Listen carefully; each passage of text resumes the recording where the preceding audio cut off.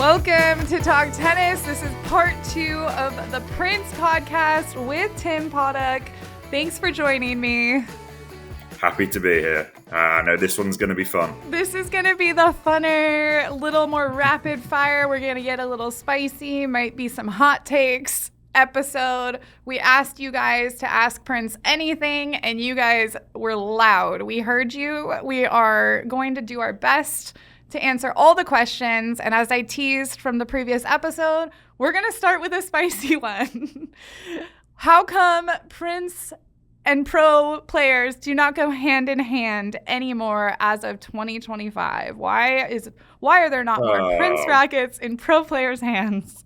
Yeah, we are starting spicy. I love that. It's a great question. Look, we'd love to have more pro athletes using the brand. I think part of it comes down to the structure of the company, the licensing build, and pro players aren't cheap. Brands pay players to use their rackets. It's an endorsement. So for us, we obviously we're a little bit limited in that sense, and we'd rather focus on developing the product and putting our resources into developing product that we think is great for the everyday player.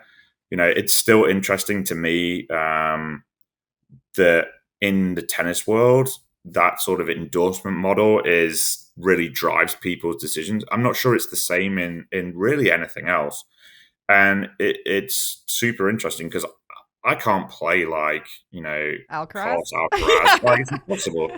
So why am I using why do I want to use exactly the same product as them? And look, don't get me wrong, there's so many great rackets out there, and there's definitely players out there that can use the same rackets as the pros, and it's definitely not a negative. I think our approach is going to be, we're going to focus on innovation and trying to make product for everybody the best we can. Obviously, that has some downsides because we don't have as much visibility, and then maybe people aren't necessarily going and asking for our product.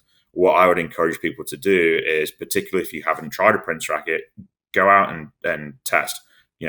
Call TW, you use the demo program, because there's maybe rackets out there that aren't being used by pros that are going to be way more suited to most players. And I'd encourage people to do that. Also, from my side of things, I want to interject a few little stories. So we have a team of Team T-Dub sponsored players, and we fill in what they don't have sponsors for, so they can pick rackets and strings that aren't in the same brand, which is really fun. We've had a player using Prince before, and it was straight off the shelf, because a lot of people still don't believe that some players use off the shelf rackets. She was using Prince racket, Prince string. With that being said, pro players are very, very picky. Yeah. And sometimes they get guidance from their team that maybe isn't always correct. For sure. And we've seen it. And we've seen players that were Prince players for a long time, and then the endorsement ended and they switched to another brand, and then their career started to tail off. And we've had players that have moved away and then just come back, and use the product because and they're just getting off the shelf product because that's the racket that's best for them. So it's a tricky one with pros, and often pro players will be endorsed from quite a young age, and they'll be using that racket growing up, and then they'll stick with it. I think for us, obviously, with the changes in the way our business is run, we've been a little bit out of that space, but it's something that we'd like to be more involved with. But again, our focus still has to be on what the brand stands for, and we maybe need to do a better job telling those stories, and that's something that we're obviously working on. But maybe you'll see some pro athletes using Prince in the future, but maybe there'll be other ways that we talk about the brand. And one more not Prince question, but well, it is a Prince question. Any fun Prince pro stories from the past? There's maybe some, but maybe I shouldn't say them. I'm going to stick with players that we have right now. So there's obviously some, we do have, like you said, we have some players on tour that are maybe lower in the ranks that are using Prince products. There's one in particular who honestly, Michelle, I think he has me on speed dial, and he speaks to me more than he speaks to his family. I'm not going to say who it is. He may end up listening to this podcast and I know who he mean, is, but shout out. yeah, obviously with us being a small team as well, the athletes that we do have direct access to us like all the time, so it can Trust be me, fun. I know And that. For it can be anyone challenging. listening, just so you know, pro players have no idea when there's a holiday, what time Yeah, it is where you no. live, is that Oh it's a yeah, Sunday. whatever their time zone is has to be your time zone. I get calls at 3 a.m. asking if they can get some more string, and I'm just And then like, they also assume that wherever you are, you can yeah, ship next day to wherever they are. yeah. And sometimes they're on the end of the earth. Like, yeah, I'm playing a tournament in Literally. New Zealand. Like, can you get product to me tomorrow? Yeah, sure. Yeah, no problem. Yeah. Yeah, I also have my funny one that got to connect with a former pro player who I was slightly obsessed with when I was younger, who is now coaching a pro player out there who is obsessed with tracking down his old rackets Yeah, and will not even switch string, apparently. Allegedly. He still really. uses the same string. So we're not, I mean, like to the point where like last time I checked in on it, like he was interested in opening up the mold to just buy. I might know who this athlete is. So, I think you do. yeah, yeah, I was like, I think you'd have to buy at least 300, and I don't yeah. think money is a problem, but that would be funny. Well, you never know. He might have sent in one of these requests for bringing back products. So Yeah, we'll see. probably. Diablo anywhere in there? Yeah, Diablo. Yeah. Okay, let's get on to more of our viewers' questions. Are any rackets designed with specific strings or string types in mind? Yeah, it's super interesting. Obviously, we probably don't. Well, we definitely don't design rackets specifically for a string, but obviously, when we're developing the racket, we have certain string types and string recommendations and pairings in mind. So I would say no, we don't develop directly for a particular string, but yes, we do develop with certain string types in mind. Awesome. Here's a question that we kind of went over in the first episode. So if you haven't listened to that, make sure you check it out. Are there any new racket lines or technology that we might see soon? Yeah, we did mention this in the previous one. Obviously, for those of you that didn't listen to the previous pod, the new tour line is coming out in 2026. We're super excited about that. We have a couple of rackets coming out this year as well, with the O3 Phantom 100 coming out in just a couple of days, which we're super excited about, and then the Ripcord 98 XS coming out later in the year. That one's exciting. Is Prince planning to make a push to become a mainstream racket brand again? That's like offensive. I mean, Yeah. hello. I'm not quite sure what you mean by that, but I guess it's probably related to our tour presence, and obviously we've talked about that a little bit. We're still a mainstream tennis brand. Obviously, we're not we don't have 50% market share like we had in the 90s. So, and we probably won't. But we're just different, and we're not really afraid to be different and try different things. So we're going to continue to do what we do, which is to develop product, as best as we can, and be innovative, and maybe be provocative with some of our designs, and then we'll still be here. So Nice. I don't really know how else to answer that one. Yeah, I know. I was like, wait, does Prince, I'm just reading them just for the Yeah, record. yeah, no, for sure. Does Prince plan on continuing to use TechStream Tarwa? I can't pronounce things anyways. TechStream technology in the tour rackets. This person says that that was a winner and really thought that was awesome. Yeah, TechStream has been great for us. Obviously, it's a really interesting material story that has a lot of benefits for us. The new tour line will have TechStream with Xylem, which has been our latest iteration of the TechStream material. And so, it will upgrade from the TechStream Tour onto the TechStream Xylem for 26. Awesome. And we talked about this a little bit in the first episode as well, but Prince Japan is killing it with the paint jobs. Will you be doing a special release of some of these Japanese paint jobs like you did with the Tour Carbon? Interesting. Obviously, we did talk about it a little bit on the previous one. So we have different partners around the world that we work with really closely, and we'll do a lot of cosmetic development. I think for Japan specifically, their market is quite mature, and we've been lucky that they've had a very um, consistent consumer base and consistent retail relationships throughout the time. So they're still in quite a position of strength. It's not like, we were talking about some places where we only have one or two pegs on the wall that are Mm. Prince. We've consistently had good presence for the Prince brand there. So the strategy was a little bit different. Actually, some of the cosmetics that we initially proposed for global markets sort of transitioned into where the Japanese cosmetic is now, which we love, and I understand why a lot of our core consumers love that type of more classic cosmetic. For us, obviously, in global markets, we want it to be a bit more provocative and a little bit more out there. I don't know that we're going to introduce exactly the same cosmetics as Japan. We're obviously, as I said before in the previous podcast, this next cycle of rackets is going to be a little less loud. It's going to, we're going to maybe play more towards our core consumer, and I think they'll love what's coming. Maybe when we talk about graphites and phantoms and crossbars and things, and we talk about some limited editions coming up, because I know that those are going to come. We might look at some more Japanese inspired or similar types of cosmetic plays. Yeah. Yes, awesome. Okay. I don't want to. I feel like we're just all over the place. It's fine. Yeah. Okay, lifelong Prince user.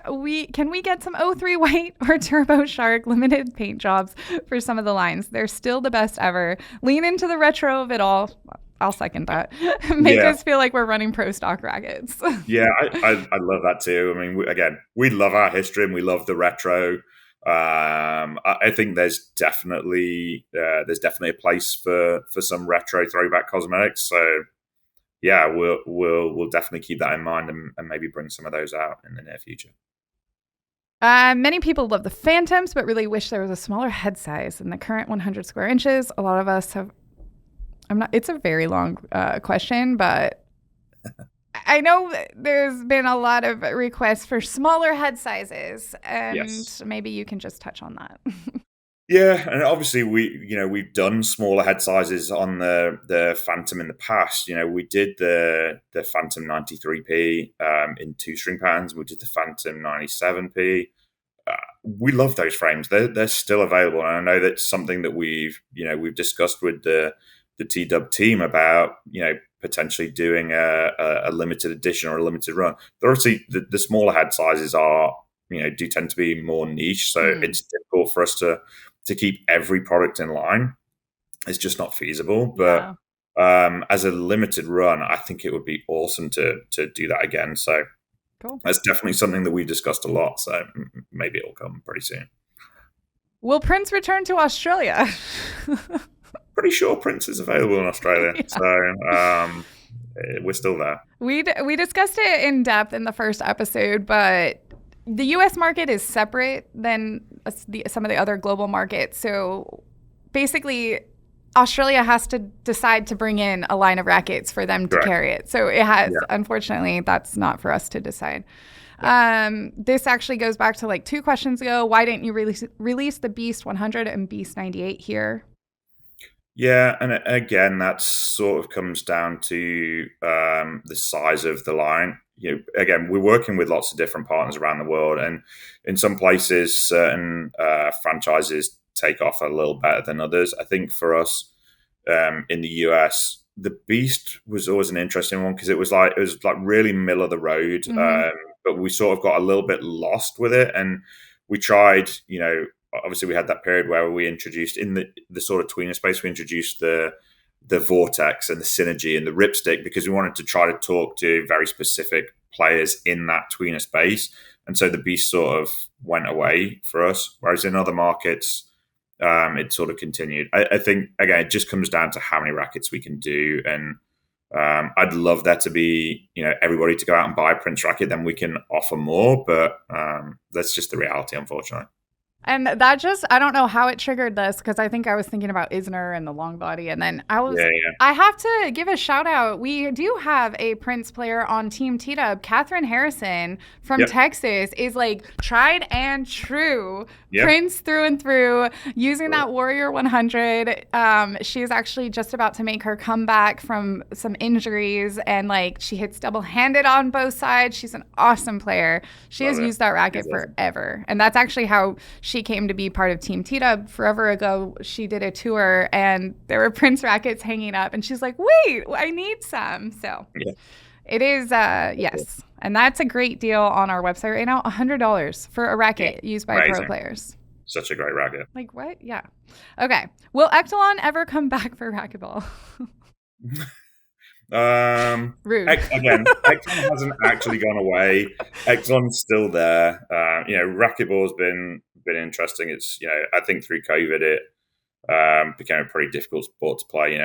Tennis was we could go and play outside, and it was deemed a safe sport. And racquetball, obviously, the nature of it is not. So Yeah. but it's still there. It's still there. Unfortunately, we no longer have racquetballwarehouse.com. So if Yeah. you're looking for us, it's not us anymore. Yeah. We're on to paddle. Here's my question: Is Prince gonna make or Echelon's gonna make paddle rackets or paddle rackets? Well, Prince makes pedal. We have. I sorry. mean, yeah. Now I'm the idiot. We actually started in pedal back in the 80s. So we have a partner that's was with the old Prince team and was producing that product for us back in the day. So it is a sport that we're in and we've been in for a long time. It just isn't yet available here in the US. I know there are discussions, so maybe it'll be coming your way. I know you have the pedal court there now, so we'll have to get some in your hands so that you can have some fun. Oh, it's so fun. Stuff. Yeah, it's a great sport. Okay, we're going to go to our rapid fire questions. A lot of you guys had demands to bring back certain things, so we're going to grind through them. There might be some repeats, there might be some very specific requests here. I'm going to start with my own. Can we bring back my junior player racket of choice, the Prince Precision Equipe Long Body OS? 28 inches. Everyone's like, wait, you played with that as a junior? And I'm like, yeah, that's why I like what I like. I played with extended rackets too, and I love extended rackets. So again, it sort of comes down to what's, and I hate this word. No one's going to play with that racket. I know it's a shot in the dark. I just want one. So if anyone out there listening, I've put it out there before. If anyone has one, I'll do a trade or something. I might know somebody who has one. Oh, okay. We'll see what we can do. But yeah, obviously, I think that's probably not going to happen in the near future that we reintroduce that one. But I like it though. The first question on the rapid fire is long body frames, and I have to laugh because again, nostalgia and everything. I was explaining to the youth in the office the Prince logo with the arrow was for the extended frames, right? Sure. Yeah. They're like, oh, that's so cool. It has an arrow, and I'm like, no. It used to designate that the racket was longer. Long body. Yep. Yeah, and long body's been a huge part of the Prince story. I guess again, it's what's commercially acceptable now, and it just isn't really a particularly popular. There's always people out there that want it. So I know we talked with the T-Dub team about which racket might be the right one for us to do an extended version of, because I think we'd love to. So I have a blacked out sample. It didn't get into production. I still talk about it, and it's in my collection somewhere. It's a Phantom Mold 100, 1820, and I think it's a half inch longer. I love that racket. We obviously did the Phantom 100G long body as a limited edition, and I love that racket. Yeah. It was such a great racket to try. But yeah, I think there's definitely a possibility that we'll do some long bodies. We're just talking about which is the right one for us to do. So. Nice. Okay, can you guys bring back the Twist Power 97 Tour? It sold out pretty quick compared to the 100. And that's a question too. It's not really a case of us bringing it back because it's still available. It's just I think that's more of a T-Dub question than a Prince question. So if you guys decide to bring it back in, then it'll come back in. So. Okay, there you go. I'll ask the buyer. Yeah. Prince Diablo XP Mid Plus Shark. The shark. Oh gosh, people are funny on the internet. Prince Diablo XP Mid Plus Shark. Make them again. Yeah. I think those are probably two of the more requested rackets. I know that there's going to be a lot of requests here, so maybe it's something that we just need to throw out to some sort of vote. Yeah, right. We're not going to be able to reintroduce everything, but it might be fun to sort of see what the most requested one is, and maybe we can. That would be fun. What's the current closest frame to the original Diablo MP? I feel like someone's asking for someone on that one. I feel like somebody's asking about that. Asking for a friend. Yeah, I wonder who. I mean, there isn't really, and unfortunately, there isn't really a like-for-like frame in the line. Obviously, that type of classic Prince feel is going to be found in the Phantom line. So go and try the Phantoms and see which one sort of you gravitate towards most, I guess. Next one. I love my 16x16 Tour 98 ESP. Will you ever make that string pattern again? I love that racket as well. As we talked about in the previous one. Yeah.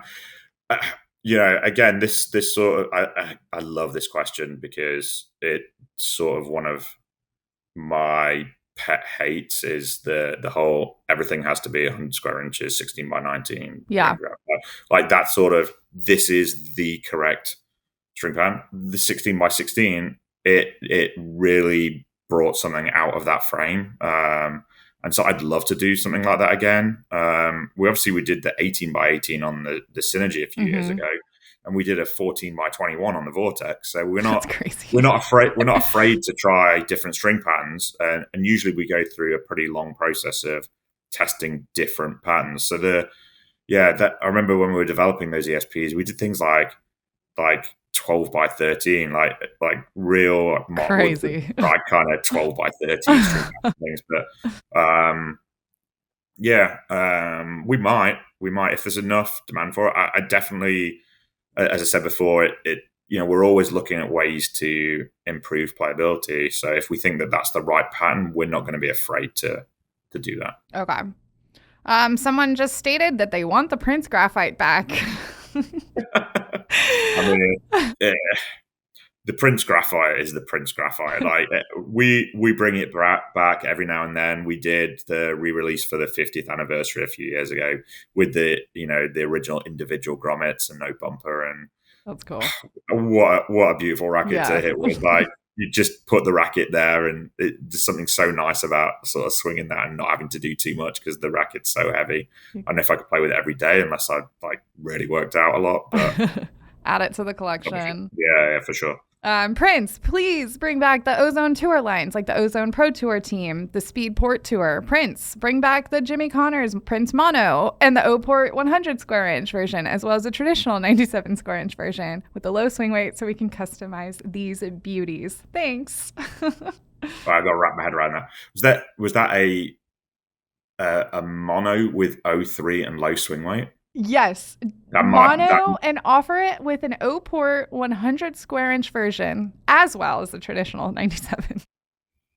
That might be pushing it a little bit. That I feel like that's a really, really niche market there, an O3 mono with low swing weight. I mean, that racket's going to be pretty unstable. Maybe that's Jimmy asking. Maybe it's Jimmy.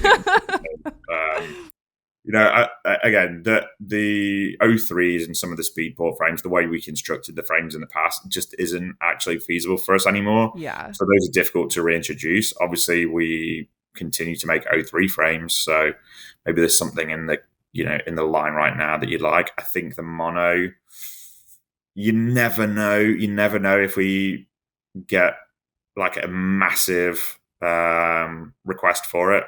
We could, but I think it's unlikely. And you'll see some pop up every now and then on the vlog. Yeah. So stay tuned if you want. Yeah. We blame Troy for this. More crossbar.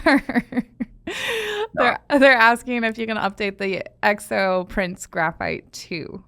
EXO. Yeah, probably not the EXO version, but I'm not against doing some limited edition runs of graphites or some of the cool stuff we've done with crossbars in the past. I know Troy loves it. It's iconically Prince, so Yeah. like I get it, and we love those.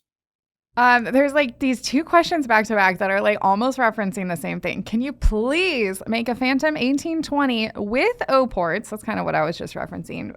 Backup request would be a Phantom 97 or 98 that's more dense with a 16 by 18, as that seems, or more dense than the 16 by 18. But then on the flip side, we have, can we get a Prince Phantom 100X 1820? But with a 64 stiffness, which I don't think that's going to be a Phantom. Yeah.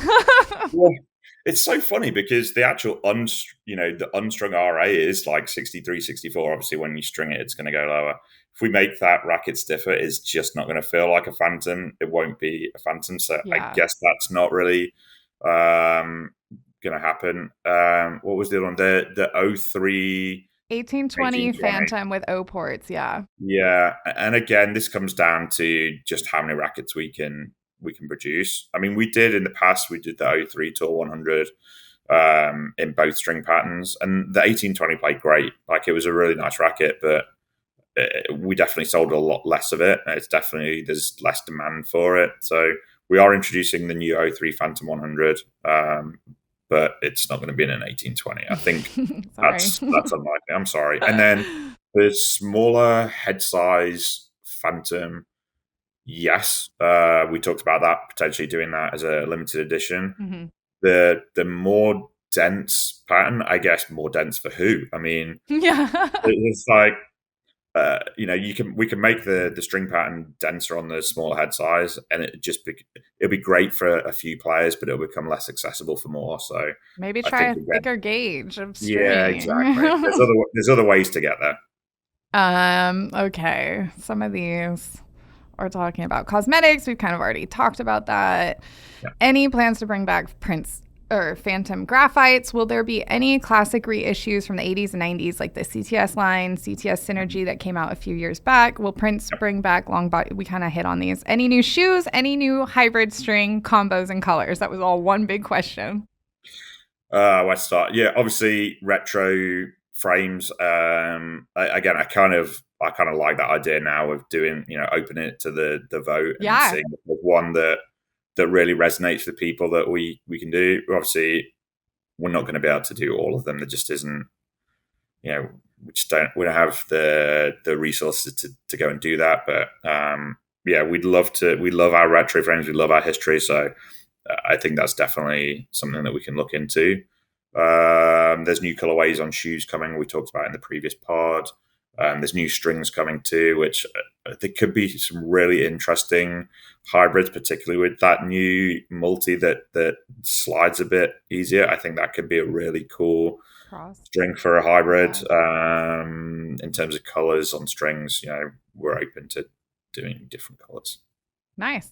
Yeah. Yeah, you guys seriously make sure you listen to the first one because we've answered a bunch of these questions. And if we didn't get to your question, it was either because we've already answered it or it is not something that Tim is in control of. Right. So, Or we're just going to run out of time because or we're going to run out of time. I know. I was like, oh my goodness.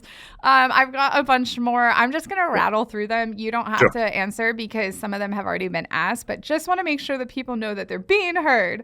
Why in the US can we not get the same cool paint jobs as these Japanese models? We already talked about different, but you can go ahead. We did. We talked about the different cosmetics. Again, like we are on a cycle now where we're going to do some more classic paint jobs. We're really excited about those. We might do some limited editions with some of those same paint techniques and things. So keep your eyes peeled.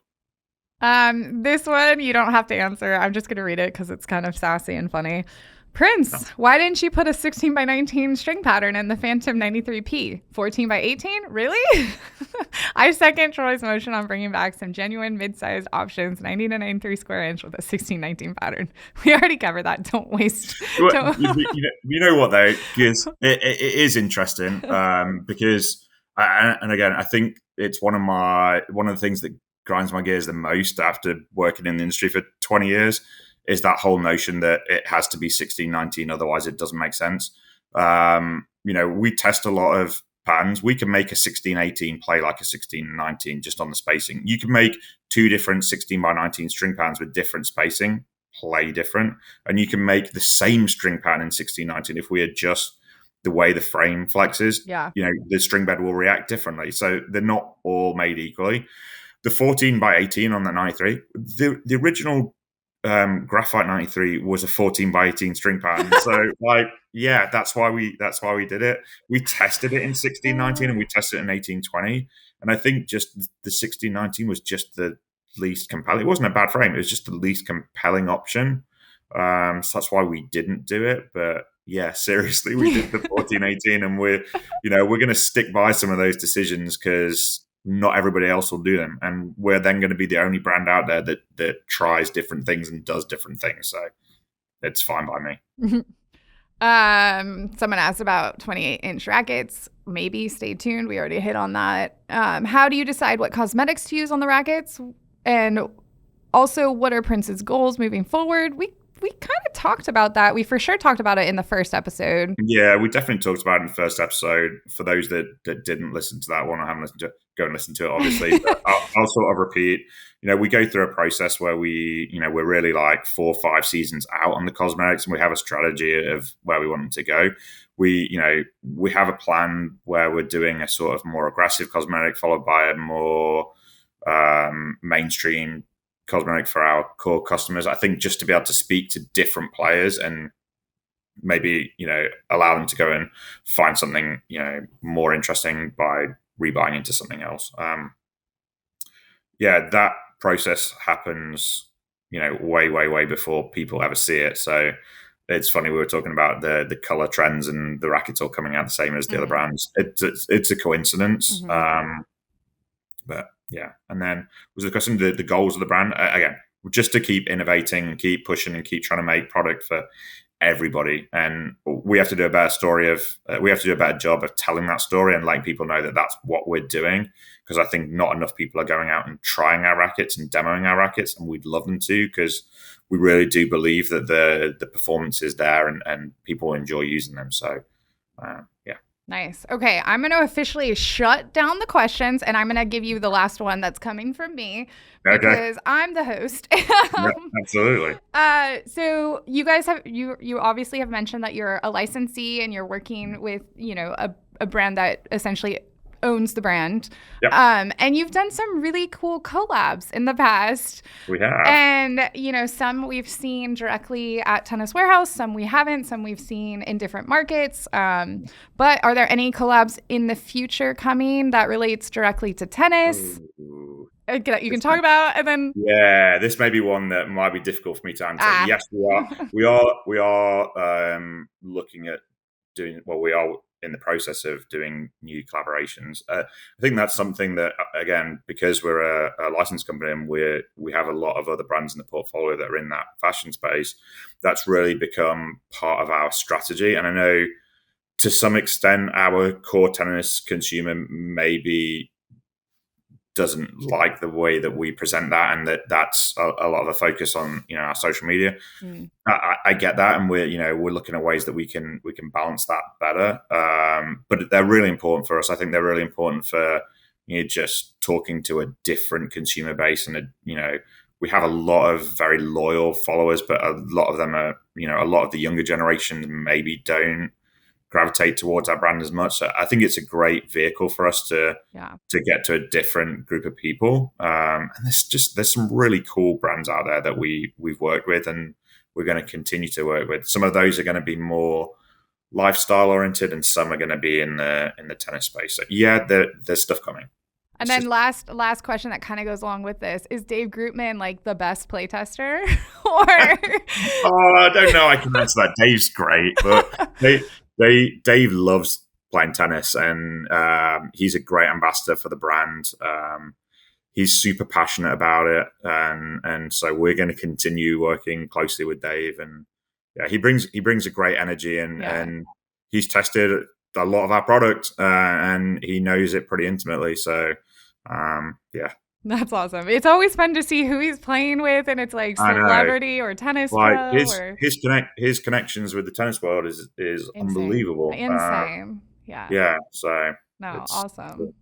Cool. Well, thank you so much, Tim, for taking the time to get through all of those questions and talking to us. And like I said in the beginning of the first episode, this has been a long time coming. So I yeah, really appreciate the time and excited to everything's out there, transparent on the table. I don't think anyone should have any questions after this, but if they hopefully. do, they're going to leave them in the comments. So Yep, yep. So I'm sure I'll be back, and it's been really fun. Like I said, it's been way overdue. And I'm glad we can talk about Prince. I'm glad there were so many questions and so many people interested in the brand they love still. it. Yes. So I encourage people to go out and try the product, because we are trying to do different things, and keep an eye out for what's coming. Yeah, I was going to say, if you're up for it, maybe when the new tours come out, we can do a whole deep dive on that process. Awesome. Yeah, I absolutely. know people will love that as well. Yeah. Amazing. Thank you so much for joining us, and happy Thanks a lot. hitting as always.